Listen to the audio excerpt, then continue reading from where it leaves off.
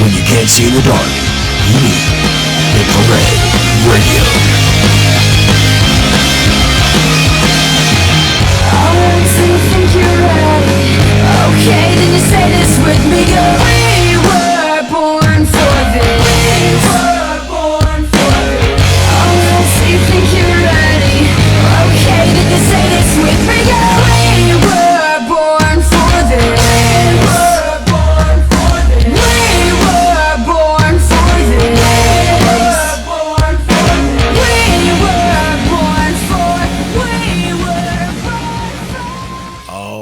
Right. Welcome, everybody, to another InFraRed Radio show here on the PGP Radio Network, WPGP Radio Digital Broadcasting in Augusta, Georgia.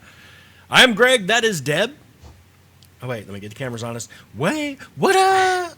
Hi. Hey, by the way, I'm not in Augusta, Georgia. I'm in Kokomo, Indiana. Yep. So we're like dual city. Right. Well, we're dual city broadcasting. I have to say the digital broadcasting Augusta, Georgia because of the call letters. Right. That's a whole FCC thing. It is what it is, you know. And it's funny too because you can get the digital broadcasting license, but you're not. The only thing that you're sanctioned to do is say the call letters at the top of the hour or at the half mark of the hour. But you have to give out like where the call letters are registered to. But internet radio is not sanctioned by the FCC as of yet. So, but that's one of the stipulations for the broadcasting or call letters. It's really weird. Cool. But from now on, we're going to go WPGP Digital Broadcasting, Augusta, Georgia, and Kokomo, Indiana. No, I'm just kidding. I was just saying, you know. Well, you know, eventually it'll be down in Tampa, and I'll be down in Tampa area, and there will be WPGP Radio Digital Broadcasting, Tampa, Florida. And hopefully someday I'll be down there. Although, you know, I really can't tolerate the humidity. Whatevs. I don't You like know, humidity. a lot of people say that, and the only thing I have to say to that is that, you know what? Air conditioning. Right. Cough it up, Because, you know, Cheryl. oh, wow. We have a doggy cough-up situation. Okay, take a nap. My new dog has grass allergies because he weighs 1 pound, and when he walks through the yard to go potty, His belly. the grass is in his face like this. Poor little Bella. Tell our listeners and watchers what you told me about your dog. About how What small. about him? About how small he is. He weighs 1 pound. 1.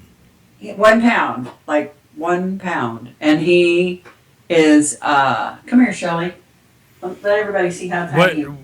the vet said that he is the smallest. He's the smallest Yorkie that she's seen for a long time, maybe ever.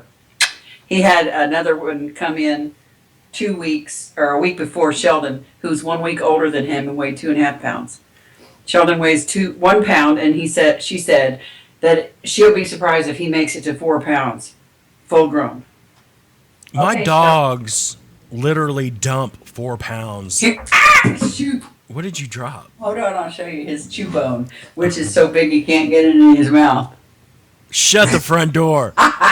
That's like an hors d'oeuvre for my other dog, who weighs 100 pounds. Right. Here's That your is little hilarious. lamb And he chop. can't But get it in his mouth. here's his little lammy chop that he sleeps with, and lammy chop is bigger than him. Right? Does he take advantage of Lamb Chop? Oh, no, he just lays on him right now. He did try to hunch my leg, though. I'm like, really? You're 8 weeks old, and you like weigh a pound, and you're trying to hunch my leg? Your 1 pound dog has some Mississippi leg hound up in him. He is funny. He's so ornery. He doesn't know. He's fearless. I should have named him Fearless Fly. For Right. real. Aw, that's hilarious. I said, he's not going to know what his name is for like months because we call him Shellinator and Sheldini because we can't find him, and Shelly McShellerson and Shelly Belly and all. Instead of his name is Sheldon. I need to knock that off so he can answer to it. Right. He's like, it's like the comedy skit where, you know, I was 13 before I realized my name wasn't God Damn It or Jesus Christ. I know. You know what I mean? And that's my life for real. Seriously. I have 4 names. God damn it, Jesus Christ. Yeah. Wait, Yeah. what? Yeah. I didn't realize I was holy. Holy. Ah. So, yeah, I was telling you, but I got bit by my dog. And that sucks. Your For own anyone dog. that doesn't know, you probably can't see the injuries, but I have can't even see you. I have a pit bull, and I know we're gonna fix that. I'm still working on that where you can see me and but with the way this X broadcast and the whole thing, but I have a pit bull. His name is Samson. He's 4, and he's a big baby. He's adorable, but he hates when people hit the doorbell. So just like any other dog, he flips out when it goes off, and he's barking, barking, barking. And I open up the door, and there's this little black boy out on the front porch. His name was Daquan.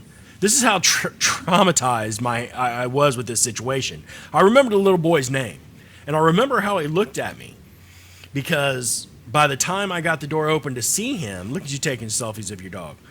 I swatted at Samson's face to get him away because he's trying to get his nose out the door to look at this kid or bark at him. So I swiped down with my hand to hit him on the nose, and my finger went into the back jaw line of his mouth, and he bit down just as it went in there, and it punctured the inside of my finger right at the very tip, the curl, the very first wrinkle in your finger, and on the right underneath the nail bed, and I probably could have used a stitch or two. Ew, why didn't I'm you? wondering, because Medicare sucks. I'm wondering if he didn't maybe break it as well. Ew. Break my finger, because it's swollen and it's sore and I can barely move it at all, and it hurts. But anyway, and the funny thing is, and it's funny how dogs, and it's not just with this finger thing, especially with my animals, and it's really weird because I have health issues anyway with my lower back and legs and whatnot. When I'm really hurting, they're very attentive to me. Yeah, animals are like that. They can sense things. They pick up on the entire, you don't feel good. I want to make you feel better aspect of existence, I guess. Mm-hmm. And the whole time, I mean, of course, I yelled at him because he bit me and it hurt, and I might have yelled out some very explicit expletives. Cuss words. You right. bad. But I mean, I had blood streaming all down my hand, so I mean, it wasn't like. And I showed it to him. I said, "You're a very bad boy," all day long, he wouldn't look at me, but he'd give me his little, how dogs give you a hug, and cats the same. They put their heads against you and just kind of nuzzle you. Head bump. He did that all afternoon. We give him ice because he's like, that's his treat for some reason. I don't know. He's stupid. He's adorable, but he's dumb. And he wouldn't take the ice from me. I'd go to give him the ice, and he'd turn away from me, and he was real timid, and so I had to show him a little bit of affection last night and rub his head. He thought you were mad at him. Yeah. Daddy's mad at me. And usually when we get home, when I go pick up the wife and whatnot from work and come back, he's like all about her, because that's her dog, basically. I mean, it's just, truth be told, that's her dog. And he was up my ass the entire time. And I'm like, dude, it is okay. I'm not mad at you. Poop happens. It is what it is. It just hurt when I yelled. But yeah, I heard my daddy. Oh my God. Terrible dog. But that goes back to the conversation we had a couple shows ago. How animals have feelings and souls. And, I mean that's the perfect example of that type of situation, is that he knew, and he thought he was in big poodoo, and it took a while for him to realize that he wasn't anymore, Well, Sheldon, when we first got him, he was very timid and didn't know anybody, and had them big eyes, and I could tell he was scared. And now, a week, 9 days later, he's like attached to the hip for me and Dave. Yeah. And when somebody else comes in the house that he doesn't know, who wants to pick him up or see him, then he gets all timid and shaky, and he wants his mommy and daddy, he wants us, So it's like, their little feelings, just like their animals are just, sentient beings, I guess. Yeah. Is what I'm thinking of. Very true. Very true. So, yeah, like I said, we went out to, I was telling you, Deb, we went out to the bar last night. Which, I remember going to the bar and having money to actually drink, which we don't have anymore. So, I mean, I had a couple beers, and that's generally my limit with my metformin. But I realized last night how old I actually am. You know what I mean? It was one of those. I mean, it was a young bar and a young person's bar, and all these guys are walking around in their polos and their, their khaki shorts, and they're all, preppy, and they're Amazon chicks here, 6'2", 6'3", and Deanna and I, when we got there, she's like, "Oh my God, these girls are like so tall." And then it hit me, the volleyball and basketball team for the college, because this is a college town. It's like they're athletes from the college, And, but yeah, I mean, the music was going boom, boom, boom, and I'm thinking, man, the quality of this music sucks. And it's not that the music they were playing; it was the quality, it was the sound. It was like muffle loud.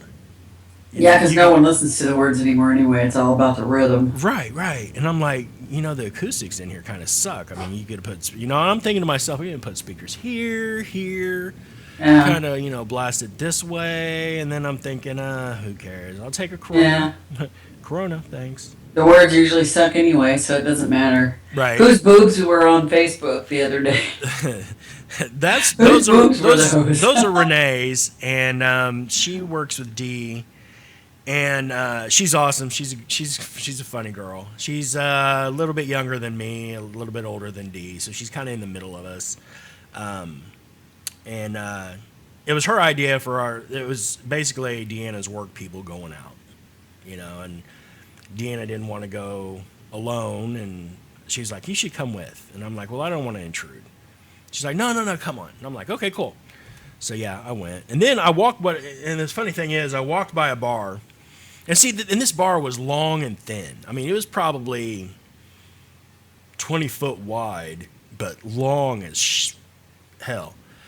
And there's people, and it's sweat, and they can smoke in the bars here. Yeah. So, and I mean, it was just like, oh my God, dude. And it was hot, and, there was quite the diversity of people in there. But then I passed a bar on our way out, and it was on the corner of the street. It was like a block actually from the Haunted Pillar that you and I were talking about prior to the show. And it was reminiscent of a hole in the wall biker bar. It was live. There was live rock music playing. It was a sports bar sort of, because I mean there's 4 or 5, 6 pool tables in there. There wasn't a whole lot of people. There was outside tables and chairs, and guys sitting with their women and, having a good time.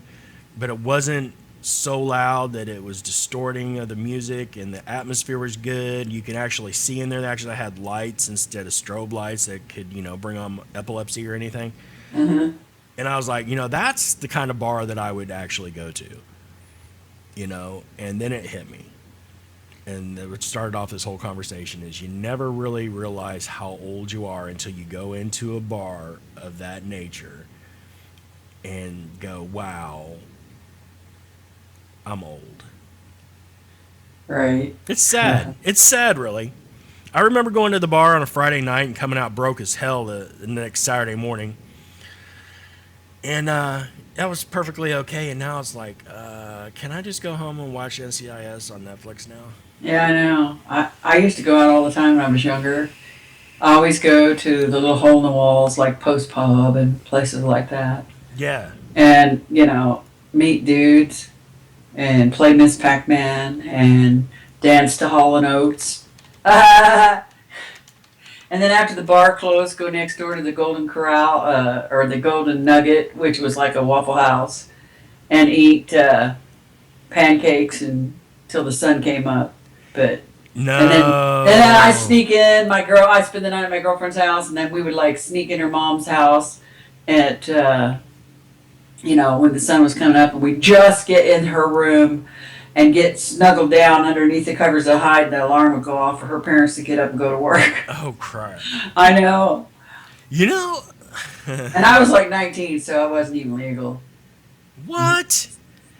Shut the front door. No, I never got carded. And back then, it wasn't that big a deal. I got It carded was a last big deal, night. but it ain't like a felony now, you know? Yeah, yeah. Back then, it was like they just threw your ass back out and said, go home, kid. Right, yeah. And now everybody goes to prison. Yeah, so- everyone goes to lockup for the night. Call your parents, go to lockup. Yeah. I got carded last night. What? Yeah, that's what I said. I was like, dude, do I look like I'm 30? Because what is it? You have to be carded if you look like Yeah, up to the apparently age you of do. 30 or 35. I've got more gray in my beard than that dude had anywhere on his body or on my goatee. I'm like, dude, really? Well, I don't get carded anymore, but I used to when I was in my 40s, right after I colored my hair. But not anymore. Well, see, I cut all my gray out of my head, so they couldn't Oh necessarily yeah, see. you shaved your head. Right, I do right. that. No, you don't want to do that. If I did that, You don't want to be no Shinehead O'Connor. I'd be getting sympathy cards. People be thinking I had something wrong with me. Our deepest condolences, Dad. Yeah. And you're like, for what? I shaved my head. That's all. Right. Because my hair sucked. That's so messed up. So today on the show, we've got Angela Johnson, Angela Tibbetts Johnson. Deb and I met her actually when we went to a trip down to Bobby Mackey's. Uh-huh. And that was a whole experience in itself. That's like a whole show in itself, that whole night to talk about. But anyway, Right. and she was with NKYPS and Crystal and all of them from Paranormal Outreach Radio with their group for a while. Then they split off and did their own team. And then she split off. And what she's doing now is research and investigations of and restorations of old graveyards and what we call it the Potter's Field. Potter's Fields, which I had no idea what they were until Deb looked it up for me. And she's going to talk with us today about what she does and the process and how she got into doing that.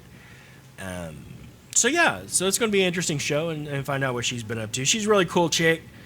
We had a lot of fun when we were down in Oh yeah. Bobby Mackey's, other than Deb's vehicle being an asshole. Well. How far away technically were we from home? Well, we were about 2.5 hours, 3 hours away from home.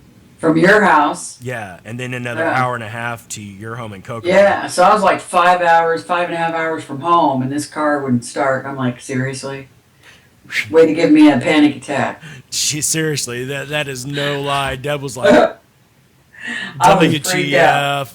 How the F are we going to get home? This is effing bull, blah, blah, blah. Well, the car was brand new. I had Brand it like new. a week, Yeah. and it had like, 50 miles on it? I'm like, really? Yep. Oh my God, that was a nightmare. It was kind of messed up. I was thinking, man, we're a long ways from home to.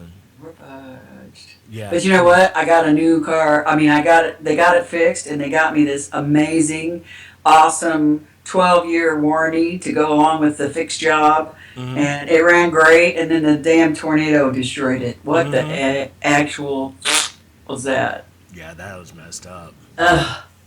Oh well. Yeah, I know. So, but you're alive, so that's a bonus.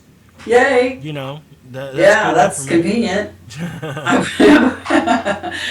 I wouldn't be able to do a whole lot of stuff if I weren't. It's weird how things. I mean, it was the next day that the tornado hit, wasn't it? No, that was Where was- when we went to that Roads. investigation, that friend of Angie's. Oh, that's right, in Franklin Township. In Franklin, and then Angie took me. I went home with Angie, and then she took me over to her family's having that bonfire, Mm-hmm. and went on that little hayride deal and all that stuff. Went home the next day, and bam, everything's gone. Yep. So Yeah, I remember that. November the 17th, 2013, bam. Crazy stuff. I know, It's right? Crazy. But all right, we're gonna get Angie on the phone with us right now, and kind of figure out what she's up to, and she can tell us a little bit about her organization. That's not weird. Tell us a little bit. There we go. Enunciate. I'm pretty. You can't help it. You're a hillbilly. Damn, did you really just go there? Yeah. How you gonna call me a hillbilly? Angie? Hi. Hey guys. Hey, how are you? I'm good. How are you all? I just got called a hillbilly. So it's all good. Well, if the shoe fits. Hey, Well, yeah, Get all over it, right. Greg. I don't Oh, know. goodness. I don't. Not a hillbilly. I'm not even a redneck. I just don't. I don't know. It's hard. It's a Yeah, hard category. you're a true Southerner now. That's right. You no longer live up north. You moved down south, right? That's right. We moved to Augusta, Georgia. We're planning on going further south, so we're going to be Floridians before it's all said and Oh, done. all Yeah. Do you- right. Yeah. So, I we haven't talked in a long time, and like Deb and I just said, last time we actually talked, I think, was when we were at Bobby Mackey's. Yeah. It's the last time I actually seen you guys. Yeah. Mm-hmm. But yeah, it's been a few years. Yes, it has. That was a good time, though. I'm just It saying. was. It was. So, what have you been up to? Oh gosh, a little bit of this, a little bit of that. Uh, I had co-founded a group, Gatekeeper Paranormal, a few years back. Actually, just recently left the group to kind of venture out on my own and start my own little gig, Mm-hmm. which I'm still in the works on that. But yeah, I was with my own group for several years, and we were basically and I believe those girls still may be doing this, but I was um, the tour guides for Bobby Mackey's. Okay.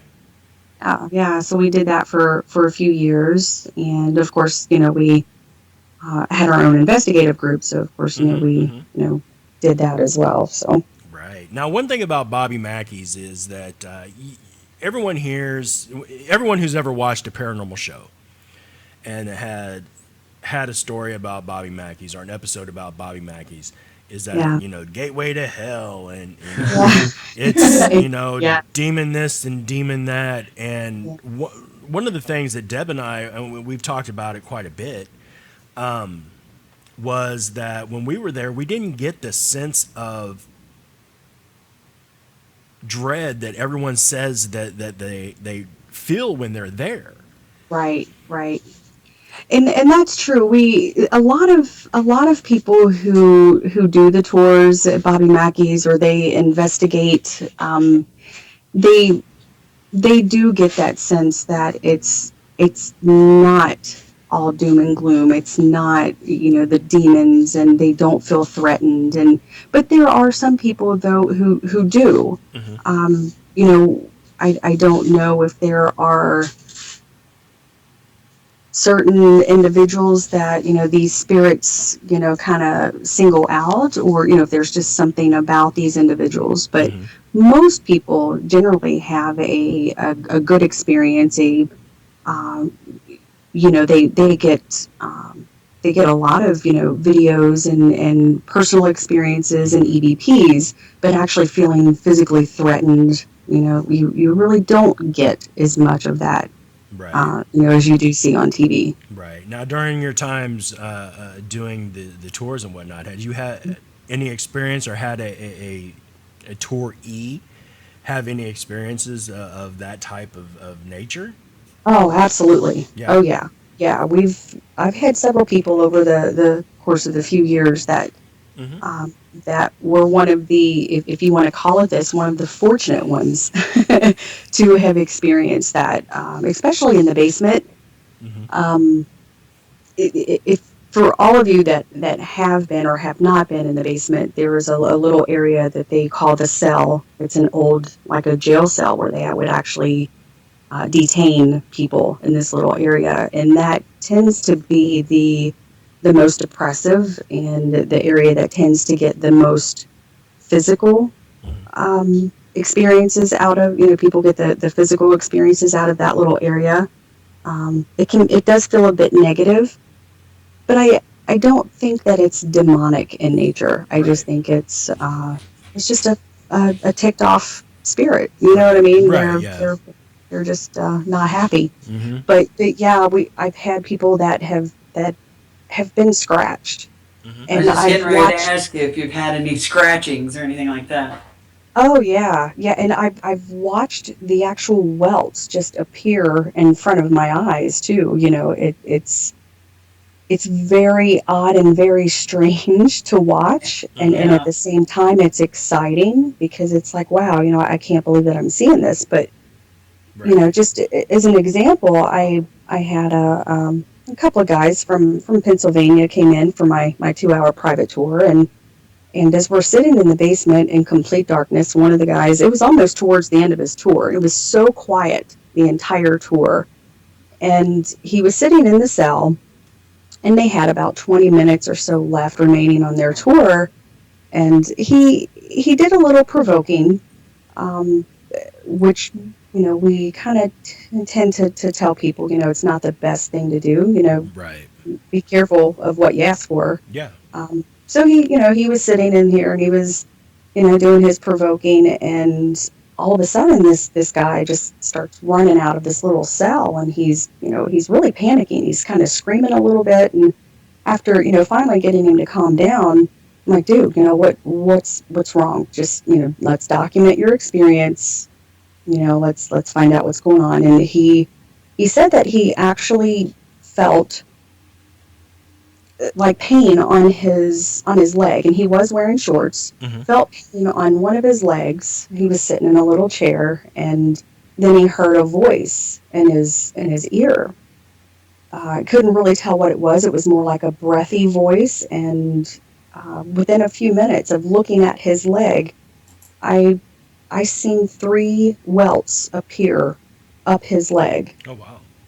And it was fresh, because you could actually see the little dots of blood, and you could see the skin raise where, you know, where it was welted. And Right. and this kid, he generally panicked, and he refused to go back in. He's like, you know what, I thought that this was a bunch of BS, but you know, you know, by the end of his tour, he was convinced. So Wow.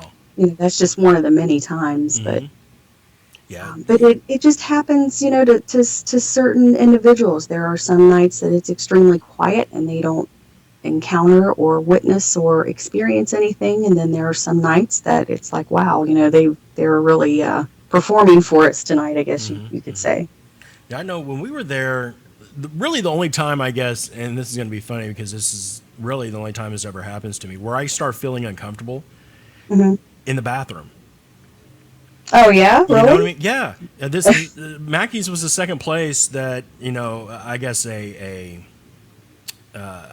commercial investigation Right. that I've got that feeling that when I was in the bathroom, I felt like somebody was in there with me. Yeah, And yeah, of course, there was nobody in there. I was the only one in there, but it happened to me again at the Crump Theater in Columbus, Indiana. I was in the bathroom, and weird things happened in the bathroom there, other than, you know, me using the bathroom. But right. it was, and I think Deb had the same experience when she went to the bathroom as well. Yeah, I felt like somebody was watching me. Yeah. And you know, It was weird. yeah, a lot of stories, you know, for over the years involves the bathrooms. You know, one of the more, I guess you could say, urban legends regarding the place. You know, first of all, with the women's bathroom, there was always, you know, the story that the mirror that is against the wall, which has been replaced several times. A lot of women through the years have reported that, you know, looking through that mirror, they could see the image of, you know, a silhouette of a woman behind them. You know, of course, turning around and nothing is there. You know, so there that is that claim, and then also with the men's restroom, if anyone, you know, has watched Ghost Adventures, they've seen the episode where one of the guys was back there in the men's restroom and you know, kind of felt, you know, physically threatened, you know, kind of pushed up, I think, against the wall or something like that, and heard a bunch of knocking noises, and, you know, physically he ran out of the bathroom. So there is an episode with that. But so yeah, there's the stories that involve the bathroom through the years. Yeah. I don't know. I'm kind of hard pressed to believe anything Ghost Adventures does. Well, I know, right? But you know what I'm saying? I mean, it could Were happen. I'm you not were saying- you there when they were in there? I mean, were you around? Not for their first 2 filmings. Now Nick came back in February of last year.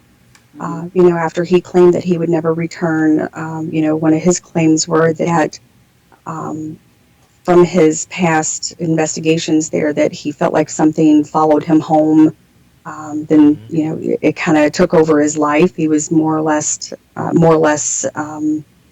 oppressed and had this negative entity or energy attached to him that, you know, caused him to get a divorce, you know, ended his marriage. And and things like that. And he always vowed that he would never go back.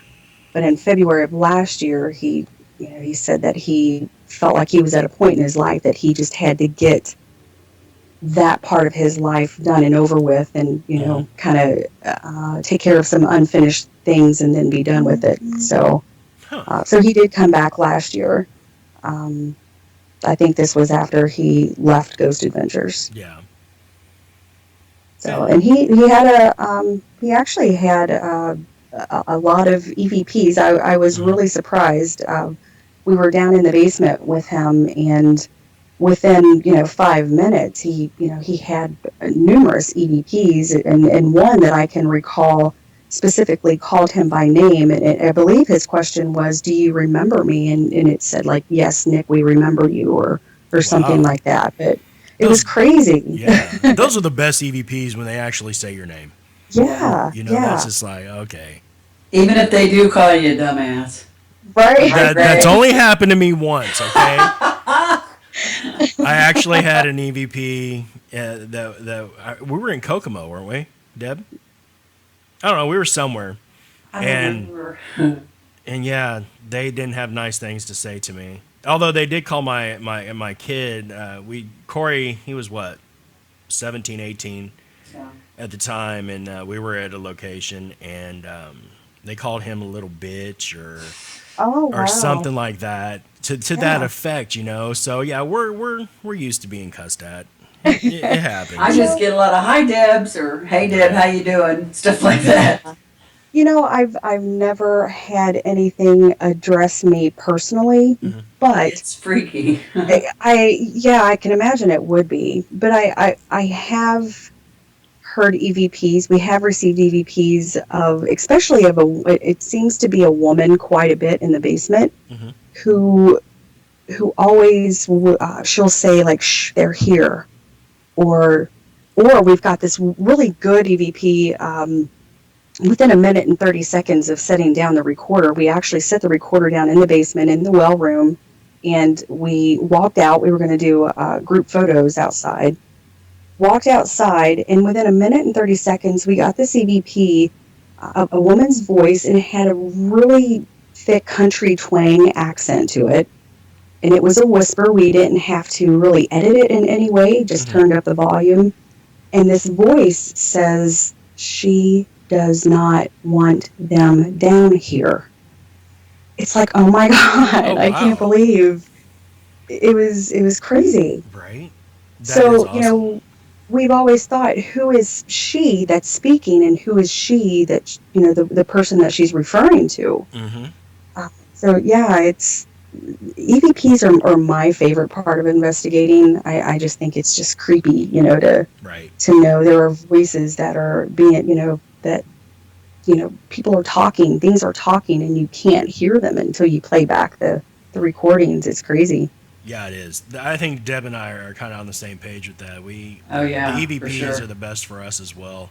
Yeah. And the thing it's funny about EVPs, and people don't understand, is that you can take a recorder to the Walmart with you. Absolutely. Or you can sit out on the back porch, or you can, be driving up the road or anything and get EVPs. You don't have to be in a haunted location to get them. Absolutely. I took a Anywhere- recorder. Yeah, I took a recorder to the factory I worked at one night when I went in like 2 a.m, and there wasn't hardly anybody there. And I went to an area where there were no people, Yeah.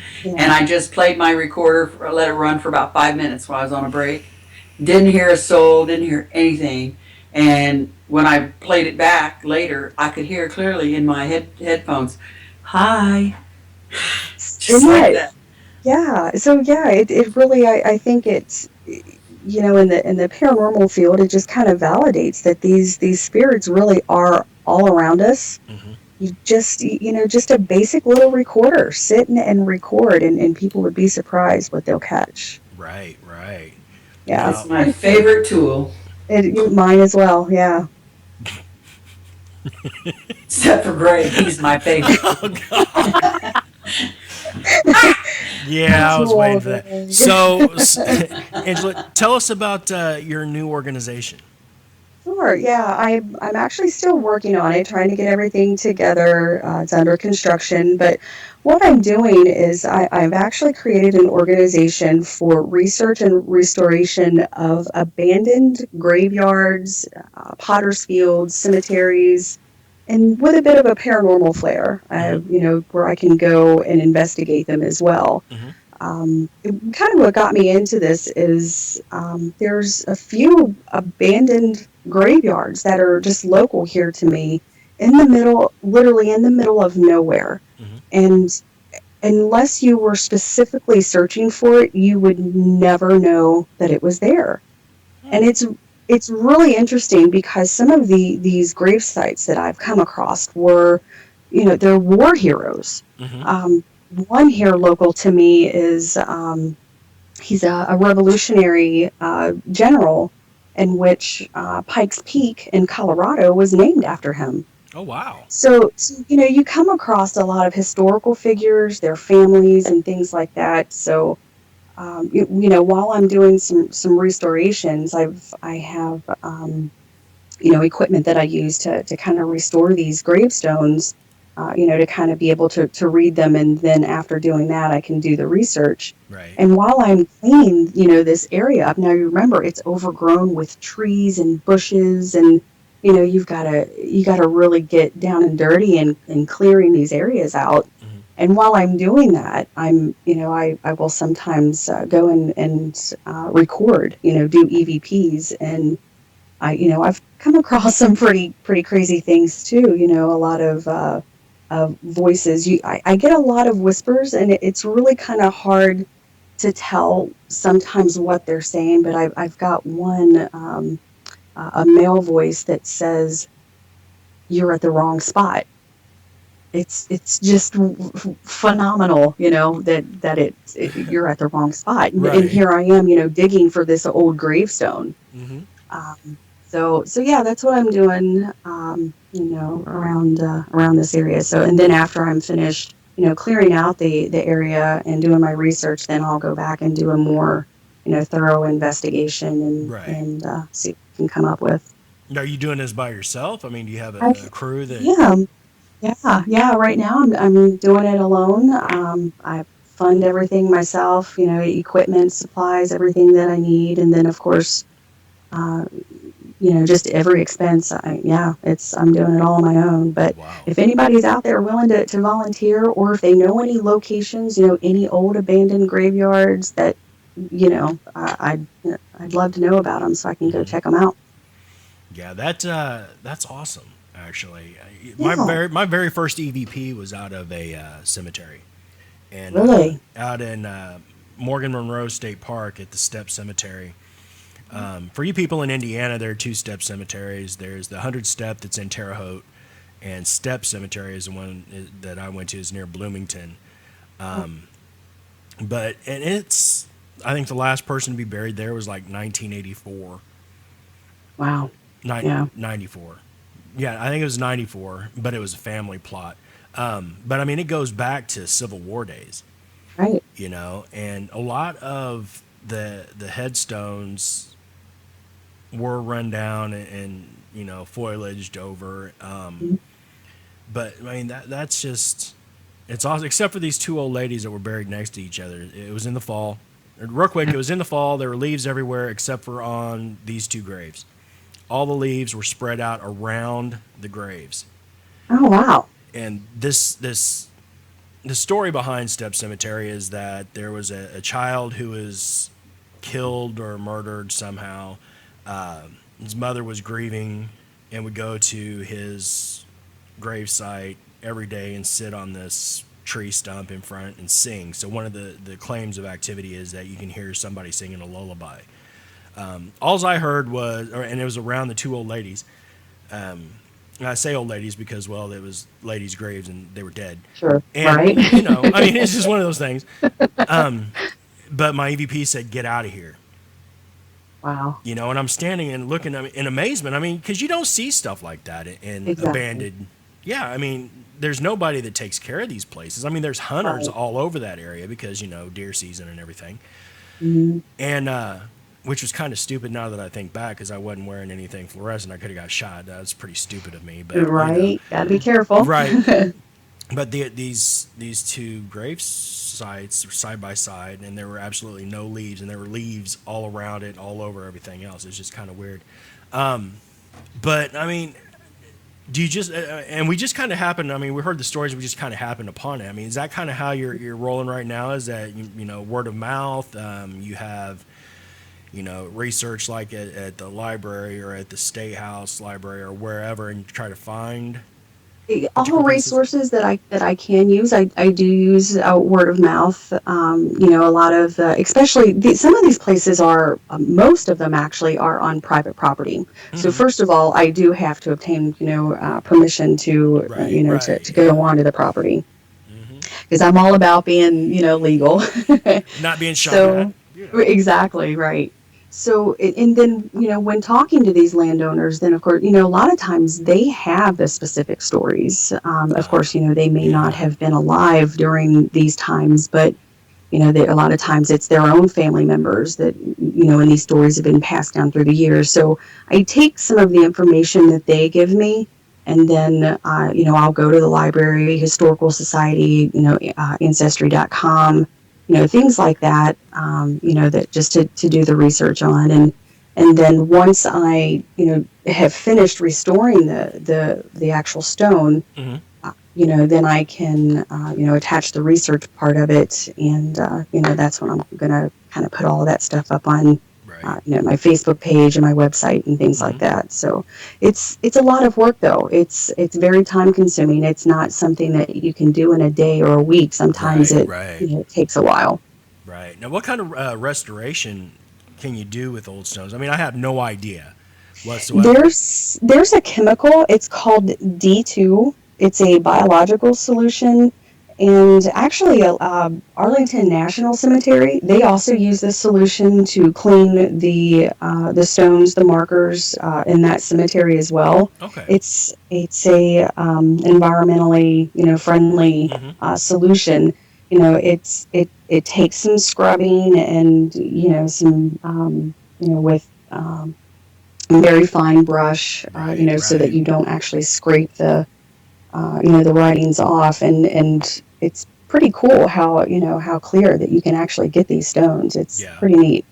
Now, I know for a lot of investigators, it's one of the things I think when I first started off was the research and history of the places, and what is the actual story of what's going on. I mean, is that kind of how you got into doing this? I mean, what was your motivation for the restoration and investigation of these places? Well, I've always had a fascination with old graveyards and cemeteries. Just go again. That it falls right along, with my interest in the paranormal since I was a kid. Yeah. But then, as I got a little older, I kind of thought, what, these people are forgotten. These people, no one knows that these people even existed. And when you start doing the research and you find out about these people's lives, you get historical figures. One of them that I'm working on right now, a gravesite, the landowner had told me that there were stories involving this woman where she was an actual witch, and she was supposedly stoned to death. Oh, wow. So, that's what I'm kind of working on. So you do get the paranormal stories along with that. There are stories that, you can see these spirits walking around. You can hear things. A lot of them are just, urban legends, kids that make up through the years. But sometimes there are true, the details may be accurate, but and kind of embellished over the years, but there's, some truth to some of those stories. So yeah, and just doing the paranormal investigating and the research that involves that, just really got me interested in, hey, let's go check out these grave sites and see who these people were, and what can I find out about them, and if there's anything paranormal involved with them as well. So. Now, one question I do have for you: have you ever, and maybe for a question for you too, Deb, during your investigative time and your research into to actually doing this, Angie, have you ever gone into like basement plots, family plots? And when I say that, I know of one park that's on the east side of Indiana or Indianapolis. I think it's called the Proctor Park. Have you heard of that, Deb? No, There was a house that burned down, but they had a family burial plot in the basement, and that's all that's left is the foundation and the actual family plots. Wow. There was a house in Franklin, which we had a lot of weird stuff happening in a rental house that we had in Franklin.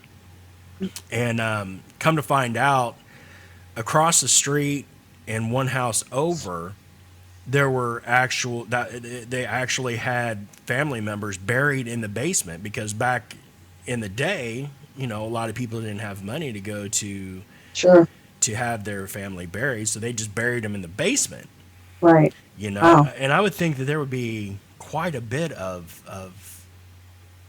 it would be hard. It would be hard to get the history of it because I don't know that everyone would know. Right. In houses, but have you come across that yet?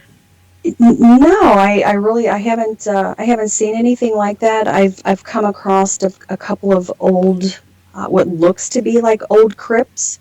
I haven't been able to distinguish any kind of carvings or writings on these yet, so it's just a matter of getting with the landowners to find out if they know anything about these certain little areas.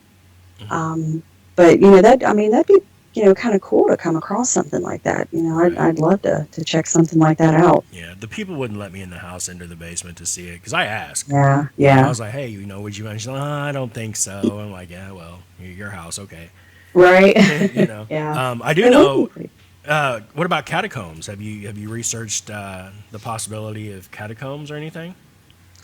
Well, I've contacted a few people to try to get into like the old Cincinnati subway tunnels, but there's really nothing as far as that I can really find just from doing some research that would really justify why there would be any kind of paranormal activity in those tunnels.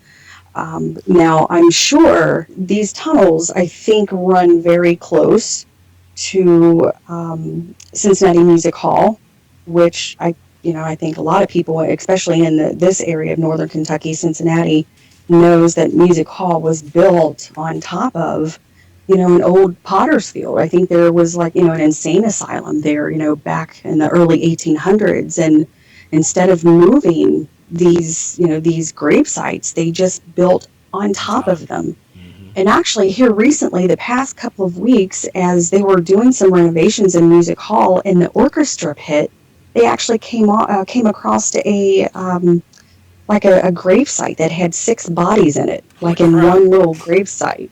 Wow. And this was the past couple of weeks. So, they're still finding bodies today, Wow. just from doing renovations. So, I'd love to be able to get into some old buildings, old establishments, and just to kind of see if there's any, old houses, to see if there's anything like that in there. That'd be pretty cool. Yeah, I do know that, and this is going to be kind of a drive for you, but in Columbia, South Carolina, they have catacombs under the city as well. And they have just actually, within the last couple of years, actually have found it. There's, water going through it and whatnot, but it was a pretty good read. But, burials and stuff like that in the area of those catacombs. And that's what made me ask because of that particular place. It's only like a couple hours north of me. I'll have to check it out. Yeah. Back in October, the group and we had actually took a trip to Europe. We went to Romania and to Paris and Brussels. And, of course, Paris, everybody knows about the Paris catacombs. Right, yeah. Anyone can take the public guided tour. Being the adventurous ones that we are, I actually have a friend that lives in Paris and contacted him, and I'm like, hey, Greg, can you kind of hook us up? Right. That'd be cool. and he really tried his hardest to get us into an undisclosed access, Hmm. so that we could go exploring. But with him living in that area, of course he was afraid of being caught. Right. Because it's punishable by fines and jail time and whatnot.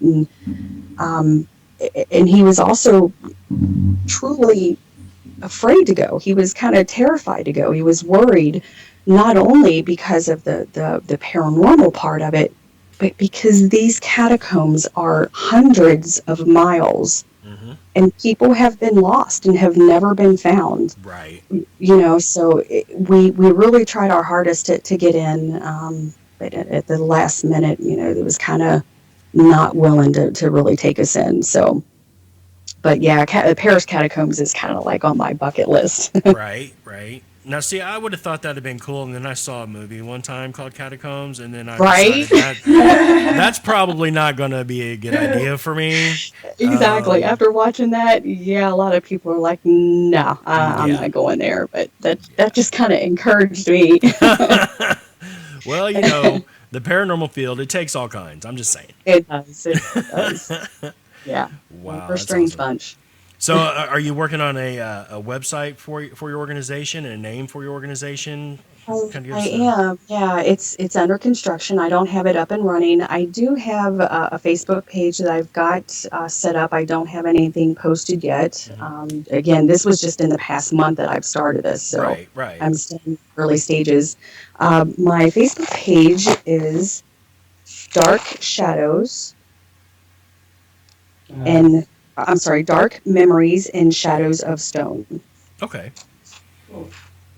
I will So go and- once I get everything, as far as all my research and then all of my grave sites, cleaned up and matched together, then I'm going to post all of that on there. But in the Nice. meantime, though, like I said, if you guys know anybody or anybody out there is interested in maybe, helping to volunteer every now and then, or knows of any, sites, locations that, I can get permission to go investigate, that'd be awesome. Yeah, oh yeah, definitely. And what we'll do, we're going to post this to YouTube Okay? and our pod page, which infrared radio PGP infrared PGP radio at podomatic.com. But it'll be on the YouTube page, infrared radio, and the WPGP radio YouTube page as well. I'll jump on Facebook here a little later and look up your Facebook page, and of course, request a friend's request on there. Yeah. So we can keep up the information and whatnot, and hopefully we can get you back on the show after you get a little bit more stuff under your belt, and you can talk Right. some cool stuff with us. That would be awesome. Yeah, very good. Yeah, I'll let you guys know about the current one with the witch story. Yes. So I'm Oh, really that'd be excited cool. to see. Yeah, Yeah. which is for this area of Kentucky, northern Kentucky, any kind of witch stories is really kind of it's not the usual. You kind of think of the witch stories up in the Massachusetts area and all of that stuff. So yeah. Yeah, but there's some weird hoodoo voodoo stuff in the hills of Kentucky. You're true that. And I do speak from experience. The old man was born and raised there, so we've been there quite a bit.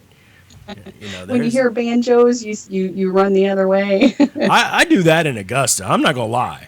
Oh, wow. You hear some weird stuff here. It's like, ooh, no. So, all right. Well, it's been awesome to have you on. We haven't talked to you in forever. It was great to catch up with you. Keep us posted about that. And once you get some more information, you want to come back on the show and talk about it with us, you're more than welcome to come back on. Just hit me up. Oh, It was yeah. great. Yeah. All right, but it was- thanks, Deb. Nice talking to you. Nice to talk to you too. All All right, guys. Take Well, care. All right. We'll talk to you Easy. soon. Bye bye. All right, bye-bye. Bye. All right. That's cool. That was cool. She's fun. She was fun to hang out and talk to, and knowledgeable about the paranormal, and it was good to actually, Yeah, talk I with think what someone. she's doing is interesting. Yeah, right. I mean, Don't take my yawning, and my yawning is that I'm just tired. it happens. It happens when we get older. But yeah, I like that kind of stuff. I find Yeah. that stuff fascinating. A house that we bought one time, or lived in, I should say, not bought. we found an old headstone in the basement. Oh, wow. Seriously. Shut Yeah, up. yeah. Really? And when talking with the owner, who we were renting this place, it's a big lot of property in the back, like an orchard and all. The guy told Yeah. us that back then, back in the day, like he thought that this family had had a stillbirth baby, and it was buried on the property. Yeah. For the longest time, they had made a headstone and had it out there, and then somebody, in the modern age, brought it in and just stuck it down there because nobody wants to have a headstone in your backyard. You know what I mean? Right. But that was how things were done back in those days. Yeah. There weren't a lot of, there were some church cemeteries and what have you, but a lot of times if you had any kind of property at all, when your family member passed, your family member got planted there on your property, and that's just Right. how they did it. So Right. Yeah. I mean, it was kind of freaky to move into a house and find a friggin' tombstone in your basement. I'm like, what the actual is this? I don't know that I would have moved it off of even if it was in the backyard. Yeah, I wouldn't have either, I- but somebody did in the past that owned the house, so I couldn't. I might have even put a little fence or some kind of barricade up around. And there's something just like that in Jackson Morrow Park, where here in Kokomo, where I live. Yeah. One of the original owners of the property there, I can't remember his name, Benjamin something. He's actually buried on the property at Jackson Morrow. So instead of moving his burial ground and disturbing him, they just put a big black wrought iron fence around the entire area. The around that grave, and there's a big plaque on a post. And it tells who's buried there and why they're there and what relevance they had to this property in this area. So, and I walk past it every time I go to go for a walk. The footpath runs right alongside of his grave, and it's the strangest thing to see in a park. But yet, I get it; it makes sense. So, Right. yeah. I tell you what, I wish you could come down here and go to this Somerville Cemetery with me. This is where Edgar Allan Poe's family's buried. Oh, that'd be neat. It's an old cemetery, and it's privately owned now and belonged to the city at the time. But I mean, there's like some real prominent names from the area, including the Poes. It was his brother and sister-in-law, I think, or cousin, or some son, something like that. But he had actually had ties here to Augusta. Poe did himself, so I thought that was pretty cool. But the cemetery is awesome, and I love going through cemeteries. I mean, not just for the paranormal aspect, because, and you know what, I think it's funny too that most paranormal investigators believe there's no spirits in the cemetery. There's nothing going on in the cemeteries. I've had plenty of EVPs come from cemeteries. I've had a lot of photographs and strange things, but when I go to cemeteries, most of the time I just feel peaceful. I don't feel, occasionally I feel like I'm being watched, but not often, and it's not a threatening way, and I don't think a lot of them are there, but some might be. Right. But I know my late husband was hanging about in the beginning. I think after time passes, they tend to move on, unless they have issues. Well, I always feel like I'm being watched in a cemetery anyway. I mean, every time I walk into one, but I mean, let's think about this logically. I mean, not necessarily visiting their own gravesite, but it would be no different than you or I going to visit a past relative, or whatever, and just to pay respects if they're not with you on the other side or whatever, or just to do it. I mean, what do I got to do today? I'm dead. I don't have anything to do. I'm just going to go to the gravesite and look at the gravestones of, whatever, and have memories. That's a big deal.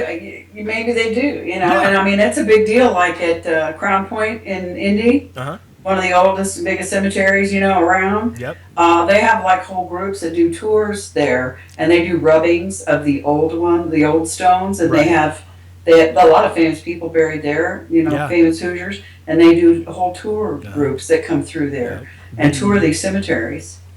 Benjamin Harrison's there, Yeah. Dillinger's there, a couple old presidents, artists, authors. I mean, there's quite a few prominent people buried in Crown Hill. It's it's a shame that it's in the ghetto, and you have to go during the daytime, or you're going to get shot at night. Yeah. There's a lot of bad things that happen around that area. But yeah, I mean, I don't see any reason. Like I said, I mean, every time that I've ever taken a recorder to a graveyard or a cemetery, I've gotten an EVP. So I mean, it's not the possibility of it not happening. It's just when is it going to happen? Yeah. But I think that's awesome that she's actually going through and she's researching and cleaning up, and it's going to be interesting to see how she comes up with. Yeah, especially with the witch. And like I said, I mean, there's some that's cool country mojo going on up in them hills in Kentucky. Kentucky, Tennessee, West Virginia, the tri-state area. Not to mention in Cherokee. The Indian sites there, the lore of the Cherokee people there in that area in North Carolina. So I mean, it'll be interesting to see what she comes up with. I'll keep in touch with her, and when she gets something on the witch, I'll have her back on, and we'll talk to her about that. But if you guys have any kind of show ideas or something that you want Deb and I to address and talk about and do a little research on, we can do that. Send us an email, staffmpr@gmail.com, and wpgpradio@gmail.com, and we will get on that. Remember, check out IRRadio, PGP Radio, or some IR. I don't know. I'll figure it out. InFraRed PGP Radio. You can do it. I know, right? Why can't I remember that? I don't know. I don't know either. WPGP on YouTube and InFraRed Radio on YouTube.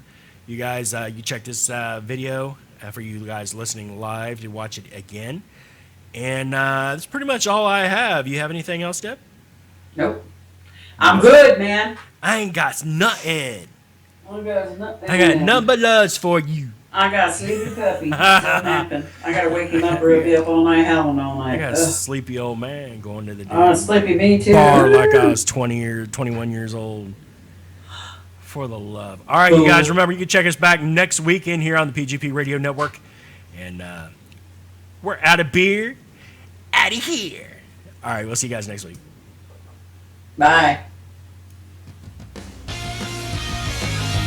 You've been listening to InFraRed Radio here on the PGP Radio Network. Join Deb and Gregg every Saturday night, 9 p.m. Eastern Standard Time, WPGP Digital Radio, Augusta, Georgia.